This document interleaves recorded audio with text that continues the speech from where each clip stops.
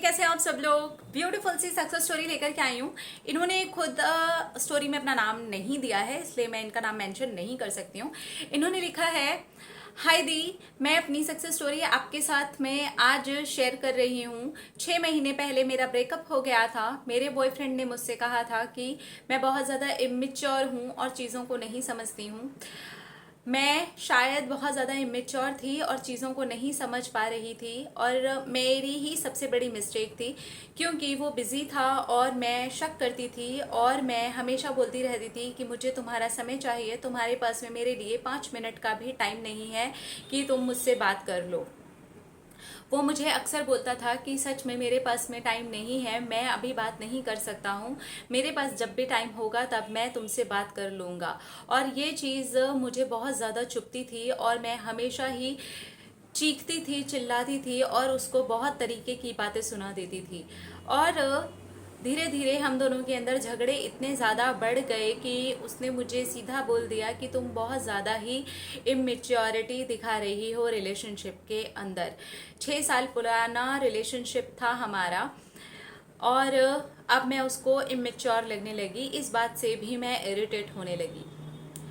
Finally उसने irritate हो करके मुझसे पूरी तरह से बात करना बंद कर दिया, और मैं बहुत ज़्यादा ही परेशान हुई, दुखी हुई। और एक दिन आपका वीडियो देखा लव वाइब्रेशन वाला, और मैंने सोचा कि मैं लव वाइब्रेशन भेजूंगी और अपने लिए भी मैं हो पोनो पोनो प्रेयर करूंगी, मैं खुद को इम्प्रूव करूंगी, और अब मुझे किसी का भी टाइम मांगने की कोई ज़रूरत नहीं है। मैंने कभी ये समझा ही नहीं कि वो इंसान बिजी भी हो सकता है।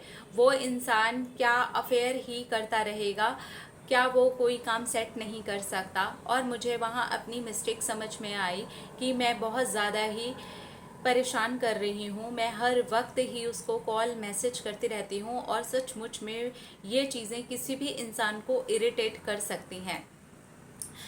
और यहाँ पर से शुरू हुआ मेरी ग्रोथ का सिलसिला। मैंने सेल्फ लव करना आपसे सीखा।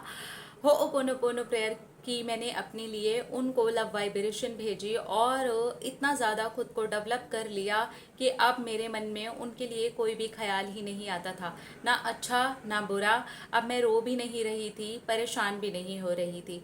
ये सारी चीज़ें करते करते ही 3 महीने और निकल गए, और आज पूरे 9 महीने के बाद में मेरे बॉयफ्रेंड ने मुझसे बात की और उसका मैसेज आया मुझे, और उसने कहा कि तुम कैसी हो। मैं आपको उसका स्क्रीनशॉट भेज रही हूँ, जो फ़ोटो उसने मुझको भेजा है। आप चाहें तो उस फ़ोटो को थंबनेल में भी लगा सकते हैं।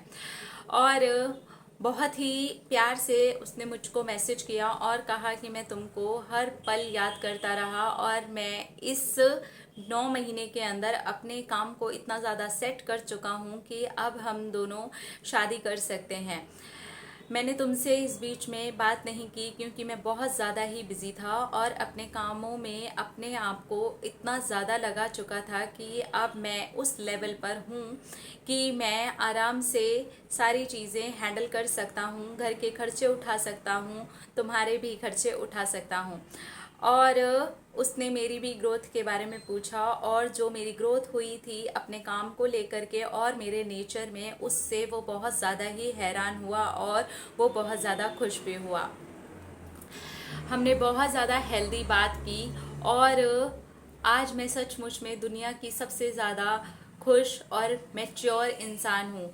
आज भी मेरे अंदर बचपना तो है, लेकिन मुझे पता है कि अब अपने रिश्ते को मैच्योरिटी के साथ में कैसे हैंडल करना है। अब वो मुझसे बहुत ही इज्जत और बहुत ही प्यार से बातें करने लग गया है। I am really very happy कि मेरा ये पेशेंस, मेरा इतना ज़्यादा अपने आप को इम्प्रूव करना रंग लेकर के आया, और आज मेरा रिश्ता दूसरी और बहुत ही अच्छी स्टेज पर पहुंच गया है। थैंक यू सो मच दी, इतने अच्छे टिप्स देने के लिए और इतने अच्छे और आसान तरीके से लॉ ऑफ अट्रैक्शन समझाने के लिए। Thank you, thank you. क्या बात है, what a beautiful success story. हम बहुत खुश हैं आपके लिए। आप दोनों का प्यार हमेशा इस तरह से बना रहे।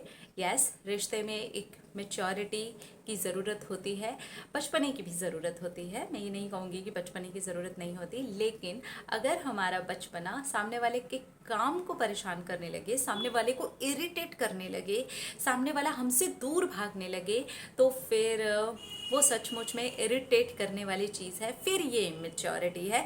मेच्योरिटी वहाँ है जहाँ आपको ये समझना होगा कि सामने वाले को हम इरिटेट ना करें।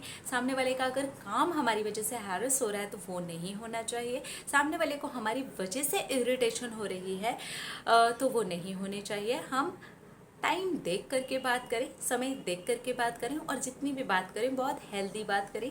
समय के लिए बहुत ज़्यादा लड़े नहीं, हर बात पर हम शक ना करें, उसकी बजाय हम खुद में इम्प्रूवमेंट करें। जब हमारे अंदर इम्प्रूवमेंट होगा तो वो हमारे पार्टनर को नज़र आएगा और उससे हमारा रिश्ता और भी ज़्यादा खूबसूरत हो जाएगा। अपना रखिए ख्याल, अपने आपसे कीजिए ढेर सारा प्यार ताकि अट्रैक्ट करें ढेर सारा प्यार। I love you all, Tata.